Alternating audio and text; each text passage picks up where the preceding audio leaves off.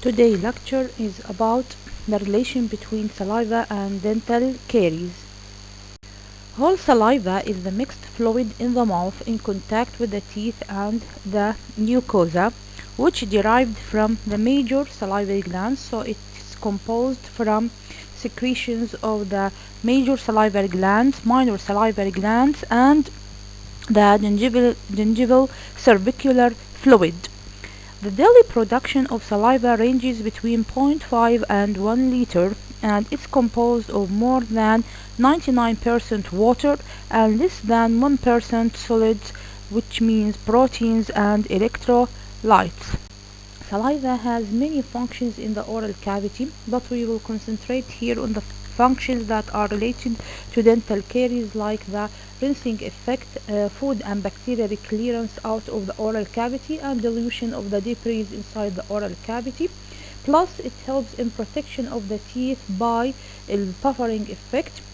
It tries to equalize the pH in the oral cavity and in the plaque, and by keeping an environment which is saturated with calcium and phosphate, which are important elements for the mineralization of the enamel, and also by participation in the pellicle formation, which protects the enamel layer.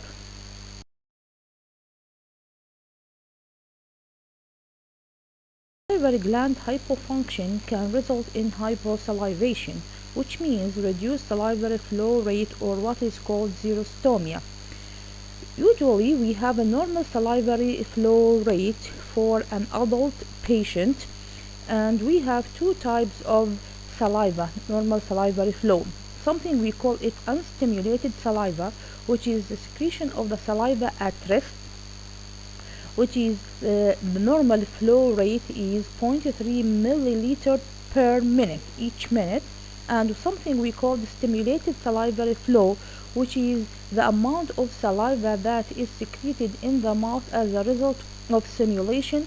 Like, for example, chewing. The action of chewing will result in stimulation of more saliva. We call this stimulated saliva, and it is more than the unstimulated saliva, and its value for the normal adult individual is about 1.5 milliliter per minute.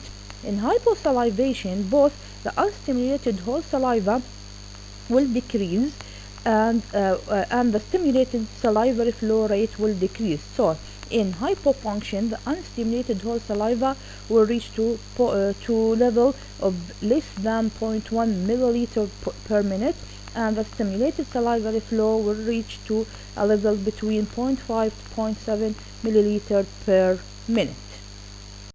Xerostomia, or reduced salivary flow rate, will result in some of the symptoms that will appear in the individual oral cavity.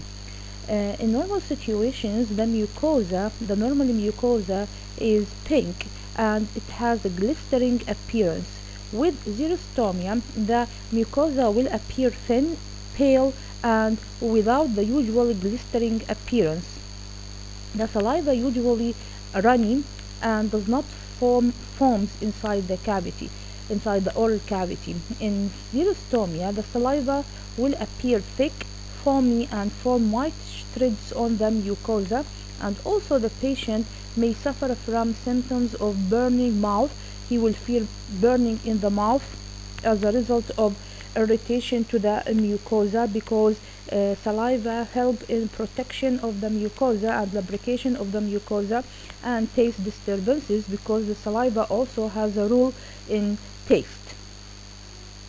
Some of the causes of salivary gland hypofunction are medications. As a side effect of some of the medications, like antidepressants, diuretics, antihistamines, antihypertensive drugs, antiemetics drugs, and narcotics. Radiation therapy also to the head and neck can result in destruction of the salivary glands and salivary gland hypofunction, and some of the autoimmune diseases like rheumatoid arthritis, Sjogren's syndrome, and sarcoidosis. Effect of age on salivary flow rate. Usually, age does not notably affect salivary flow in a clinical situation. The flow rate of stimulated whole saliva does not decline with age, but there may be decrease in secretion of the submandibular and minor salivary glands, which it may explain the feeling of dry mouth in elderly. Even the stimulated whole saliva flow rate shows normal values.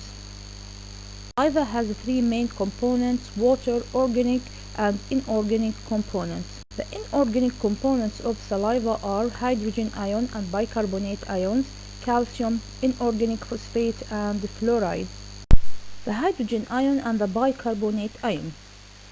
Sources of hydrogen ion secreted from the gland in the form of organic and inorganic acids, or produced by the oral microorganisms, as we said earlier, by the fermentation of the bacteria of fermentable carbohydrates, and the byproducts will result in formation of lactic acid in the form of hydrogen ions, or taken into the oral cavity by food or drinks.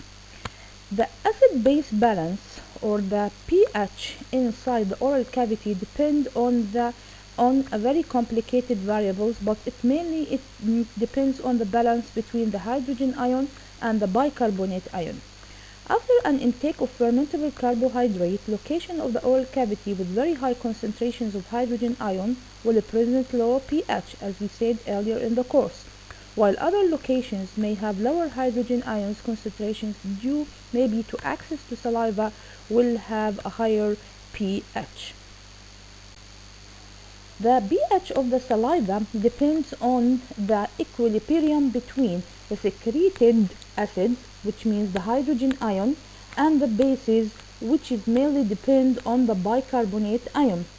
The bicarbonate ion is responsible for the buffering capacity of the saliva. Buffering capacity, which means the ability of the saliva to neutralize the black pH, to equalize the hydrogen ion. Okay, so the bicarbonate ion concentration in unstimulated saliva is 1/10 of the plasma level, but as more stimulated saliva is produced, the closer the salivary bicarbonate to the plasma concentration, which means that the pH of stimulated and unstimulated saliva can differ up to 2 pH units. In other words, the buffering capacity of the stimulated saliva is much higher than the buffering capacity of the unstimulated saliva. As I said in the previous slide, the bicarbonate ion is responsible for the buffering capacity of the saliva. The most important buffering system in the saliva is the carbonic acid bicarbonate system. The bicarbonate has the ability to take up the hydrogen ion to form carbonic acid. So it takes the hydrogen ion, okay, so reduce the acidity in the blood.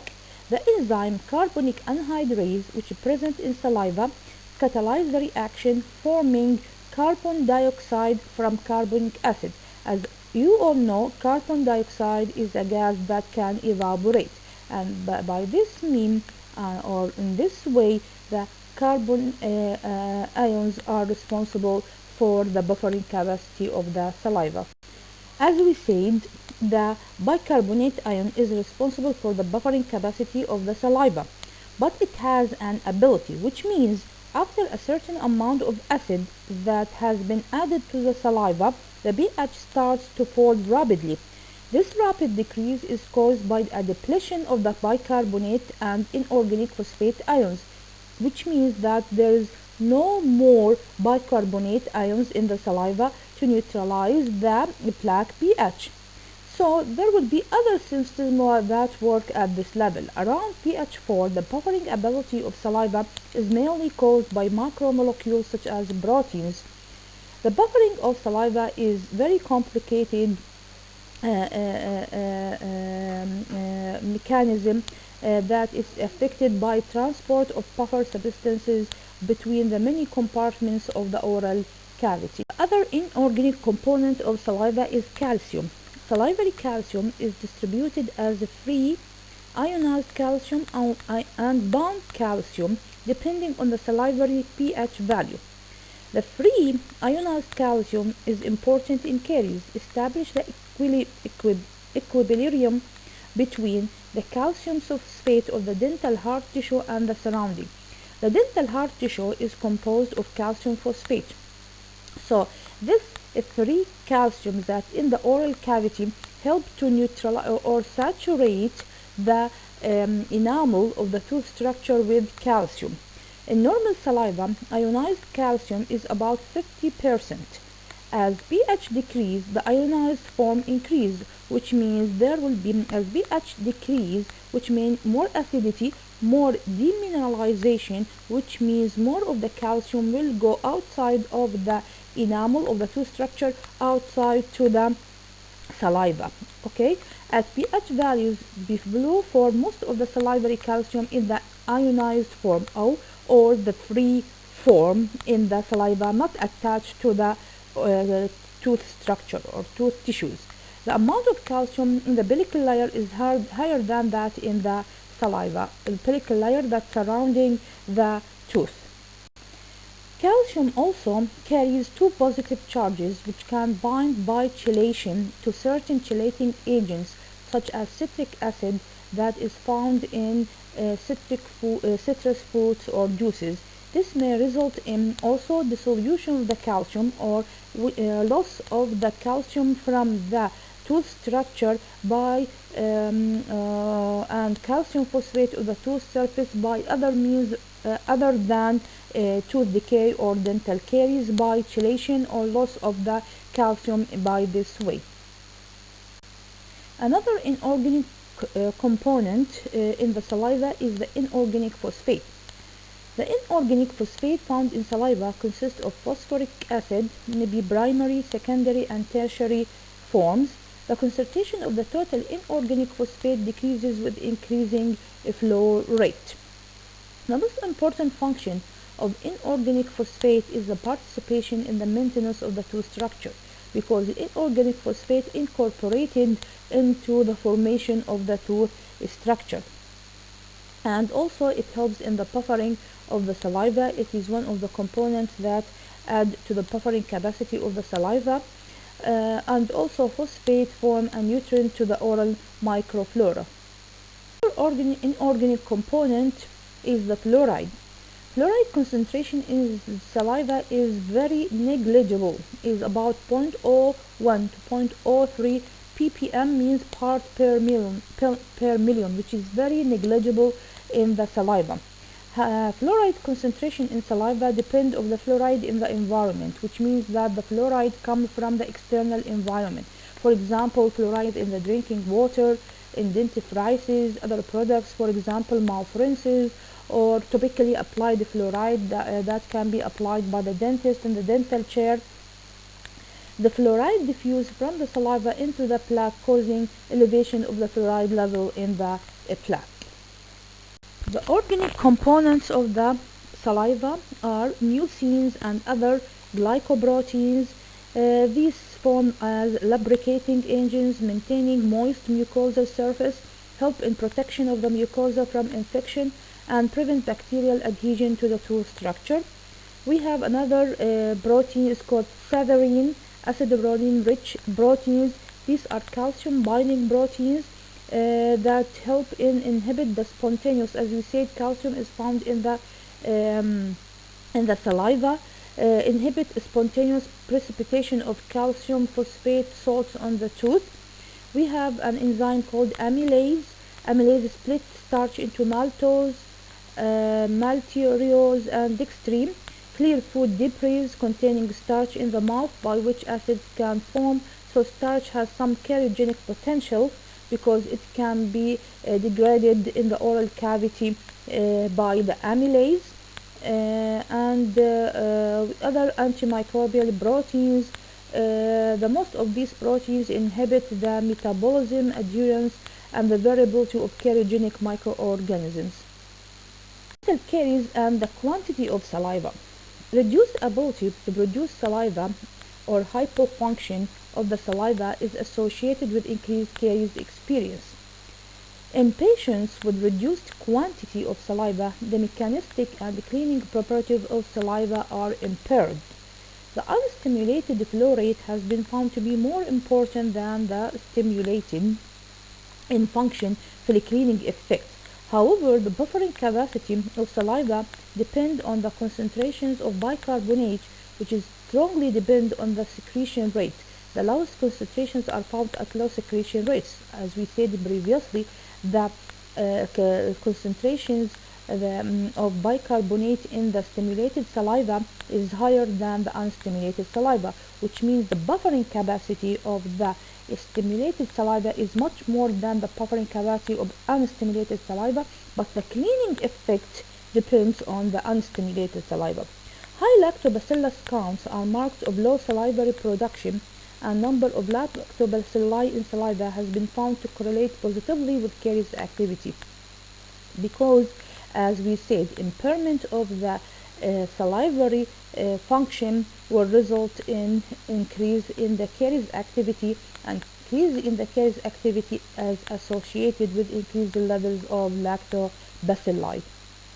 Lack of saliva lead to rapidly developing caries in places that, as we said early in this course, are immune to the caries, like for example, or self-cleansing, we call them self-cleansing surfaces, such as lingual, incisal, cuspal tooth surfaces.